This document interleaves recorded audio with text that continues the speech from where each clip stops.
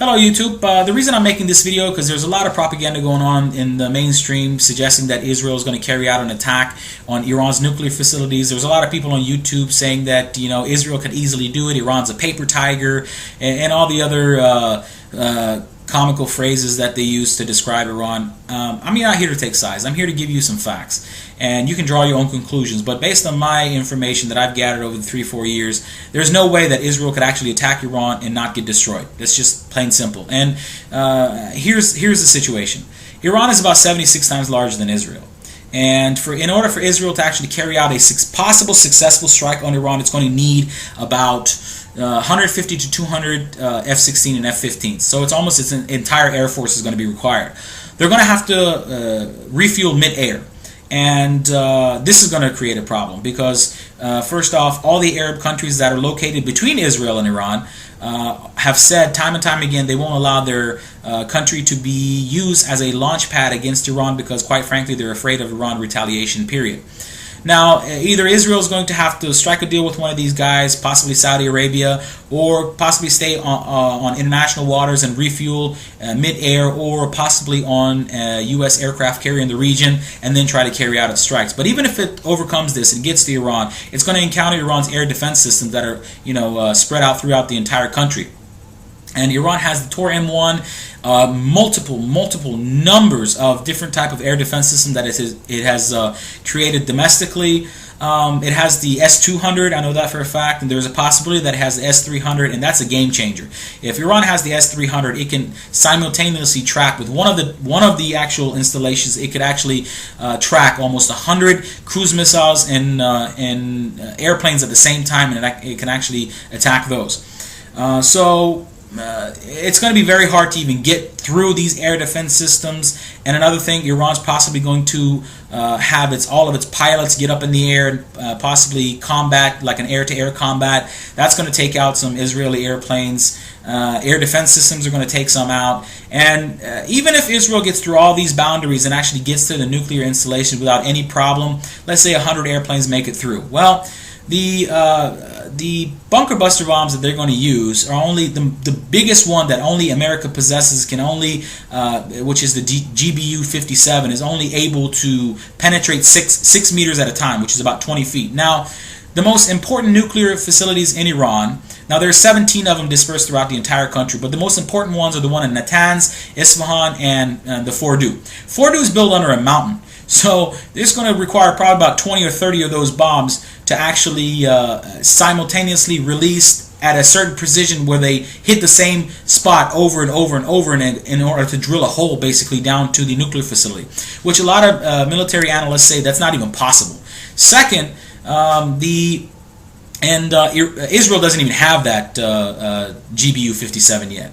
Now, Natanz is under 70 layers of reinforced concrete, which, again, it's going to require at least 12 or 13 of those bombs to be carried by multiple airplanes and launched at the same time to even create a dent in the nuclear facility in Natanz. And these are the known facilities that America and Israel know. There are possibly other unknown areas around, like surprise cases where Iran has not let any Western intelligence know about, and they could easily carry out and move, since they already have the technology, they could easily move all their equipment over there and continue on with their enrichment activities and possibly even go nuclear with a nuclear bomb should they decide to do so in those facilities. Now, Western intelligence again say that even if Israel does carry out a successful strike, it's possibly only going to push Iran back maybe a year, and then Iran can easily go nuclear. So all of this hype about attacking Iran, these are all the complications that it's going to face by attacking Iran. Now, here's the big point. Here's where it actually gets tricky. The problem is not actually attacking Iran. This is all,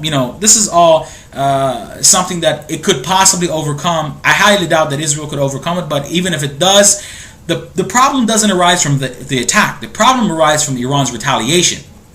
Now, Iran, there is a missile defense system in Turkey. Iran said it's going to take that out. There is a missile defense system in the Iron Dome that is actually in Israel that it's very questionable as far as because it wasn't able to really sustain when there are multiple rockets are actually launched, it can't really engage all of them at once, and its ability is very questionable. Now, Iran has the capacity, based on intelligence, that it has the capacity of 100,000 weapons, 100,000 missiles that could actually attack Israel and can reach Israel. Now, out of those 100,000, let's just say Iran launches 10,000 of those. This is very easy, very simple math. During the 2006 war, which Hezbollah and Israel fought, Israel launched about 4,000 Katyusha rockets. These are small rockets with 66 pounds of payload.